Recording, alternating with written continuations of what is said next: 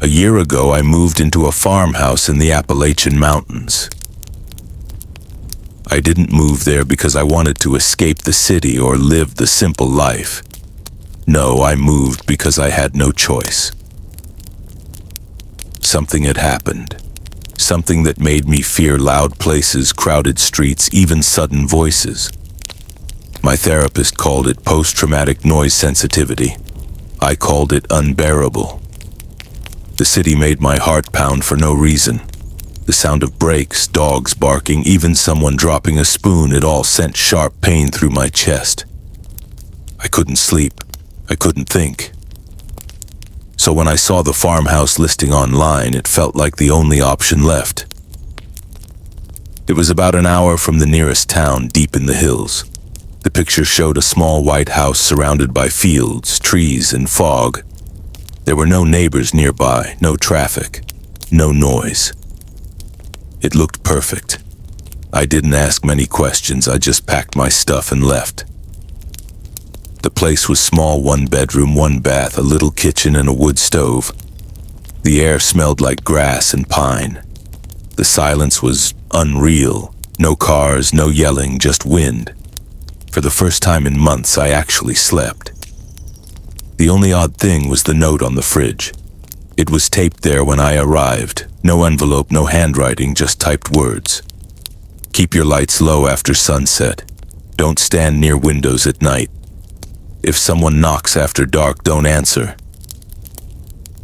I stared at the note for a long time. At first I thought maybe it was a joke, like an old tenant had left it as a prank. But the tape was fresh.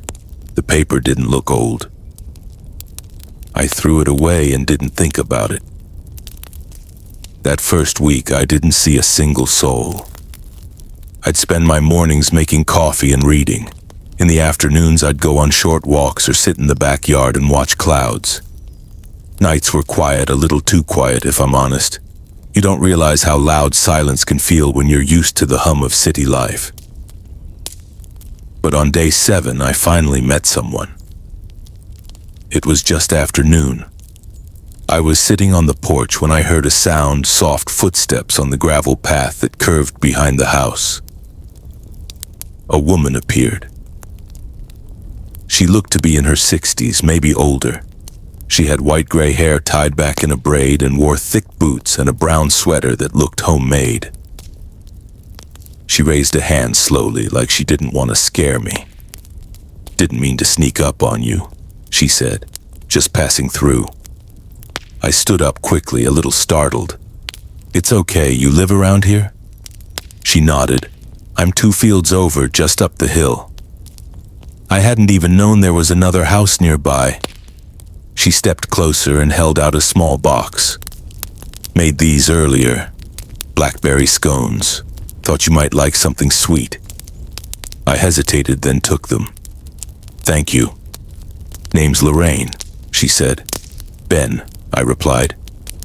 She nodded once, then turned and walked away. The whole thing took maybe a minute. No small talk, no questions. Just scones and silence. I watched her disappear into the trees. That night I had trouble sleeping again. It wasn't Lorraine. It was something else. Something I couldn't name. A pressure in the air, like the wind had stopped, like the house itself was holding its breath. I tried to distract myself by reading, but just before midnight I heard footsteps on the porch. Slow, heavy, then a knock. Not loud, just 3 slow taps. I froze. My body went cold, not like fear, more like my skin knew something I didn't. I remembered the note on the fridge. "If someone knocks after dark, don't answer." I sat there, not breathing, listening. Another knock, then silence. I waited maybe 15 minutes before tiptoeing to the door and peeking through the peephole. No one was there. The next morning I walked to Lorraine's house. It was hidden behind trees and brush, but the trail led straight there. Her place was much older than mine. The paint was chipped, the roof sagged a little, and vines covered one side. Still, smoke rose from the chimney and wind chimes danced on the porch. She answered after one knock. "Something wrong?"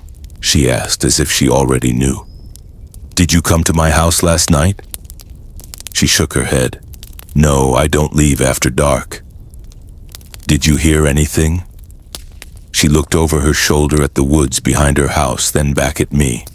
"I heard the usual." "The usual?" Her voice dropped low. "There are things that walk at night in these hills, Ben.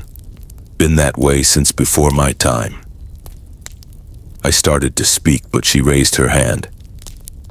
"I know how it sounds, but listen to me. If you're gonna stay here, you follow 3 rules. Keep lights low after dark. Don't stand near windows, and never ever answer a knock after sunset, got it?" It was almost word for word what the note had said. I nodded, unsure if she was crazy or just serious. "I'm not trying to scare you," she added, "but if you hear knocking again, pretend you're not home." The next few nights were quiet. I kept the lights low, closed all the curtains, and stayed away from the windows. I even kept a flashlight under my pillow. But on the 4th night it happened again. It was 2 a.m. I woke up suddenly, not to a sound, but to the absence of sound. The crickets had stopped. No wind, no creaks. Then, the knock. 1, 2, 3. I sat up, heart racing. I didn't move, didn't breathe. Then another knock, but this time from the back door. I hadn't even known the back door worked. A pause, then the front door again. Whoever it was, they were going around the house. I couldn't take it anymore. I grabbed my flashlight, crept to the living room, and peeked through a slit in the curtain. There was someone standing in my yard. They weren't moving, just standing still, watching. But something was wrong. Their arms were too long, their neck too thin, their head tilted in an unnatural way, like they didn't know how a head was supposed to sit. I ducked down immediately, my stomach turning. I stayed hidden until morning. I walked to Lorraine's house at sunrise. She answered but didn't smile. "You saw it," she said flatly. I nodded. She sighed and stepped aside to let me in. Her living room was full of old books, jars, dried herbs, and candle stubs, like something out of a different century. She poured me tea, sat down, and said, "It's called a husher." "A what?" "It comes to people who live alone, people who want silence." My chest tightened. "It watches," she said. "It learns your habits, knocks to see if you'll open the door. If you do, it comes inside. If you don't, it tries again another night until you slip." I couldn't speak. "You lasted longer than most," she added, "but you need to leave. Can't you help me?" She looked sad. "I can't stop it, no one can. But you can leave before it finds a way in." I didn't leave right away. I don't know why. Maybe I was still trying to believe it was just stress, that I was imagining things. But the knocking continued. Every night. First just 1 set, then 2, then 3. Some nights it would tap the windows. Other nights I'd hear it circling the house, dragging something behind it. One night I made the mistake of calling out just to say, "Go away." The knocking stopped, and then the back door opened. I had forgotten to lock it. I heard it creak open, then silence. I ran into the bedroom, slammed the door, and waited till morning. The next day I packed everything I could and left. Didn't even say goodbye to Lorraine. Didn't even look back. It's been 10 months. I live with a roommate now in a small town, nothing fancy, but there's always noise, always people around. I hate it, but it keeps me safe. Sometimes when it's really late and the streets are quiet, I think I hear knocking again. Just faintly, like it's still looking for me, still waiting for the silence to return. We thought we were doing the right thing, just giving a man a ride on a cold, empty road. But that road, it didn't end. No matter how far we drove, and we always came back. And when we finally opened the trunk, he was already gone. This happened last winter. My younger sister and I were driving home from our cousin's wedding. The wedding had been amazing, lots of laughs, food, dancing, and stories. But it ended late, and we didn't want to spend the night in a hotel. So we decided to drive back that same night. It was about a 3-hour trip. Most of it was country roads, surrounded by thick trees and small towns with only one gas station and a broken stoplight. Our parents had warned us to stay at a motel, but I felt fine. I don't drink, I was well rested, and I like driving at night. It's calm, peaceful, especially in the winter when everything feels quiet and cold. My sister Mia sat next to me, wrapped in a blanket. She played music softly from her phone while I focused on the road. We joked, talked about the wedding, and made fun of the dance moves we saw. It was one of those simple moments you don't realize you'll remember for a long time. But then we saw him. We were about 90 minutes in. The road had narrowed and curved through dense woods. There were no streetlights, and the moon was behind clouds. My headlights lit up the dark road ahead, but the forest on either side looked like a wall of shadows. That's when Mia whispered, "Wait, is that someone on the road?" I slowed down. There was a man standing near the side of the road. He wasn't waving. He wasn't holding a flashlight, just standing there, not moving. He wore a dark coat and jeans, and his face was hidden by a hood. His hands were at his sides. He looked completely still, like a statue. I was about to keep driving when Mia said, "He might need help." "I don't think so," I said. "He's not doing anything." "What if his car broke down?" I sighed and pulled over slowly. Looking back, I wish I hadn't. The man walked up to my window. His face was still shadowed by the hood, but I could see his mouth when he spoke. "You going east?" he asked. I hesitated. "Yeah." He didn't ask for a ride, he just stood there. "Do you need help?" I asked. "Can I get in?" he replied. Mia looked at me, I looked at him. It didn't feel right, but something about the way he asked, it was almost like he expected me to say yes. "I guess," I said quietly, unlocking the door. He got into the back seat without a word. The car suddenly felt colder. The first few minutes were silent. I asked him if he was okay. He didn't respond. I asked if he needed to be dropped off somewhere. Still no answer. I looked at Mia. She gave me a nervous look but said nothing. Eventually he spoke. "You shouldn't be on this road." His voice was quiet, rough, almost like he hadn't used it in a long time. "What do you mean?" I asked. He didn't answer. After a minute, he leaned forward between the two front seats. "I walked for hours," he said, "but I always end up back here." "What?" Mia asked. "Something's wrong with the road," he whispered. "You'll see." Then he sat back and stared out the window again. We drove in silence for a while. Mia turned off the music. I tried to ignore the uneasy feeling in my stomach. But then something strange happened. We passed a large old wooden sign that said, "Welcome to Briar Ridge Pop, 1242. The thing is, we had already passed that sign 20 minutes ago. "Didn't we already go through Briar Ridge?" Mia asked. "I think so," I said. The man in the back spoke again. "It loops, always does." "What do you mean it loops?" I asked. "This road," he said. "You drive east, west, doesn't matter. You always come back." checked the GPS. No signal. Great. We drove on. Another 15 minutes passed. We passed the same gas station, same sign, same old diner with the broken neon open sign. I was starting to panic a little. I didn't say it out loud, but I knew Mia could feel it too. Maybe we missed a turn, she said. We didn't, I replied. This road has no turns, it's just straight.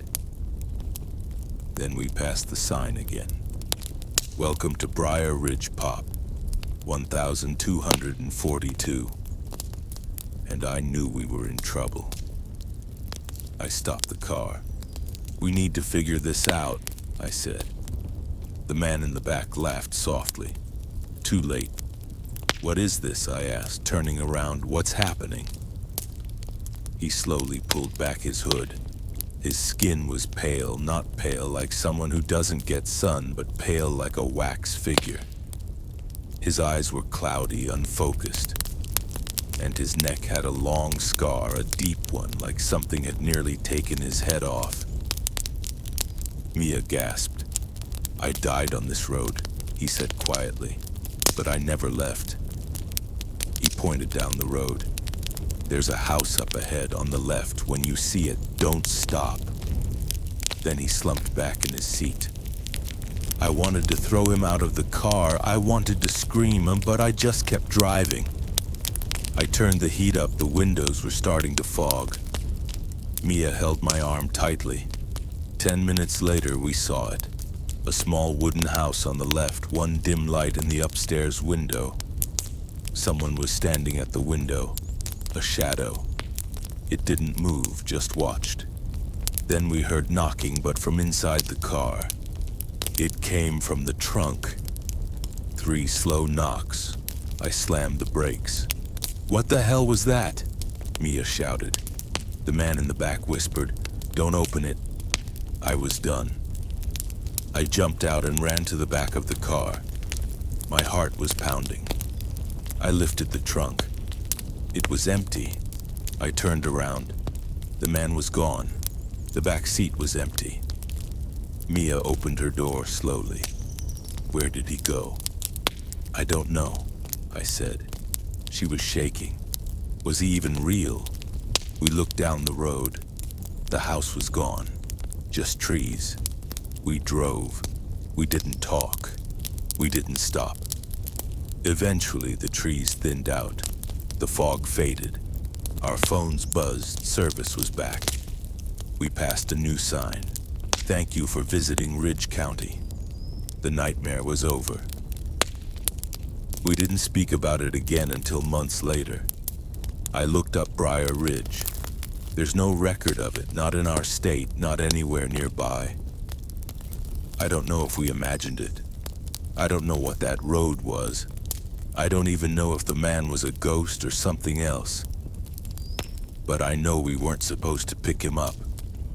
And if you're ever driving on a dark road in the middle of nowhere, and you see someone just standing there, keep driving. Don't stop. Whatever you do, don't open the trunk.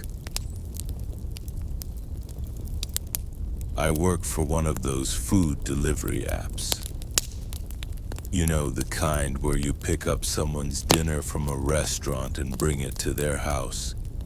I usually work nights.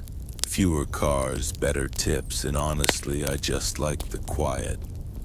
I've been doing it for almost a year now. Nothing special, but it helps pay rent, and I don't mind driving. But something happened a few months ago that I still think about almost every night. It was the kind of thing that stays with you. Not because it was wild or dramatic, but because of how close it came to going terribly wrong. That night started like most others. It was a Thursday, cold but not raining. I had my heat on low, some soft music playing, and my phone mounted on the dash with the app running. I'd just dropped off an order at an apartment complex near the city limits when a new one popped up. Small pizza place. 1 large pepperoni. Contactless drop-off. Easy money. I accepted and headed over. The pickup was smooth. The guy at the pizza shop handed me the box, nodded, and I was back on the road in less than 5 minutes. Then the weird part started.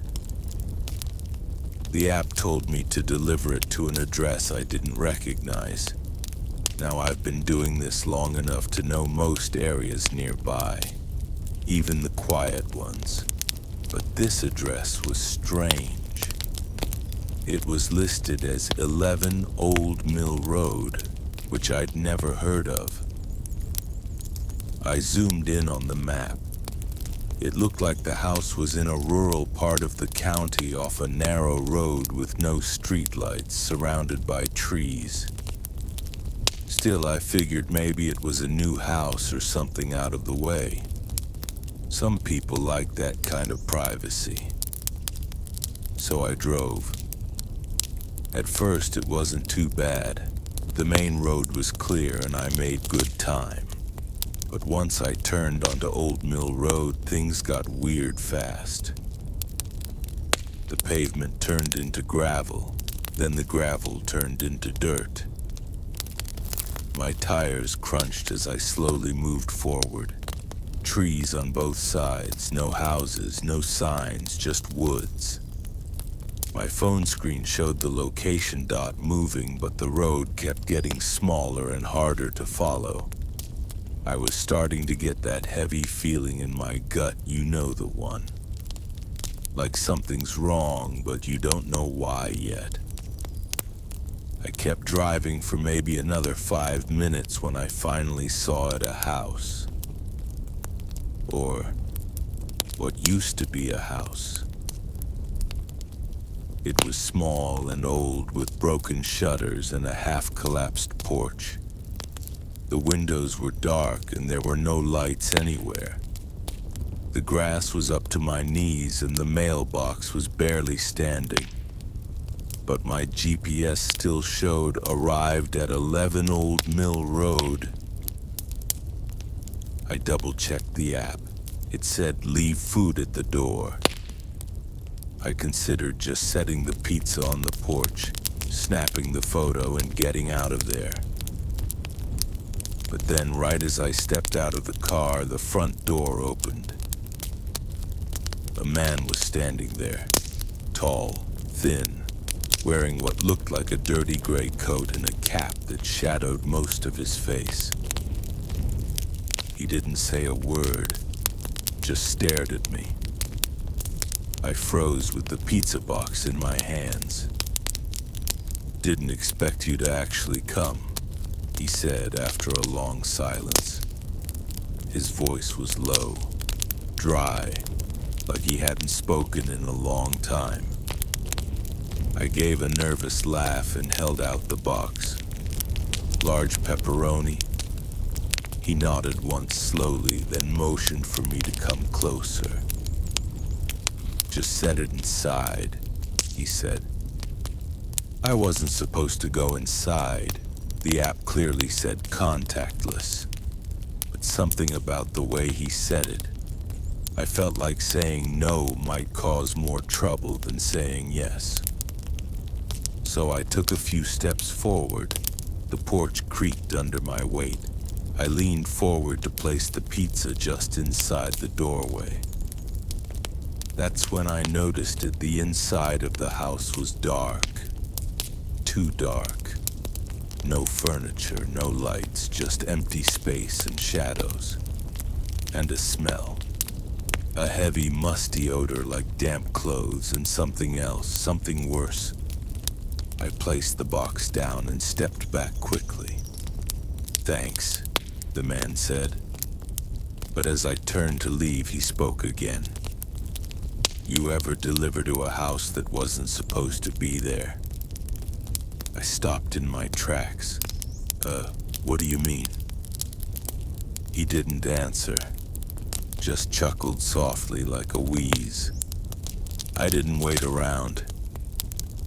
I got back in my car, started the engine, and drove off as fast as I could without skidding on the dirt.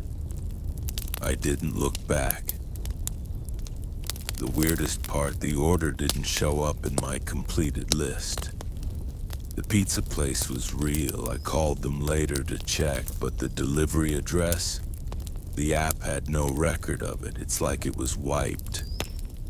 I tried searching E11 Old Mill Road on Google later that night. The closest match was a listing from over 10 years ago. It said the house had burned down. Nobody lived there anymore. The area was abandoned. But I was there. I saw it. I saw him. A few weeks passed. I told myself it was probably a glitch. Maybe someone spoofed the address somehow. Maybe the guy was squatting in an old house. Still, I avoided that whole area. Until one night I got curious. I had some time to kill and something inside me wanted answers. I know how stupid that sounds, but when something doesn't make sense, it keeps eating at you. So I drove back. It was around midnight, just like before. I turned onto Old Mill Road, the same crunching gravel under my wheels, trees still thick on either side. But this time, there was no house. I'm not saying it was gone, I'm saying it wasn't there at all. I checked the GPS, nothing. The spot where I had stopped last time was just forest. No building, no path, no mailbox. I even parked and got out with a flashlight. I walked around for 10 minutes, nothing. But I wasn't alone. Somewhere in the woods, I heard a voice. You shouldn't have come back. It was the same voice, that same dry, tired voice. I spun around with the flashlight, heart pounding, but saw no one. I shouted, "Who's there?" but got no answer. Just more trees. I ran back to the car and got the hell out of there. I haven't driven that far out since. I stay near the city now. Safer routes, more traffic, normal people. Sometimes I think about that man, about what he meant. You ever deliver to a house that wasn't supposed to be there? Was he trying to warn me or trap me? Or maybe he never ordered food at all. Maybe I was the one being delivered. I don't know. But next time your app tells you to take a turn into the woods, think twice. Some houses aren't really houses. Some deliveries don't show up. And some people, they're not waiting for pizza.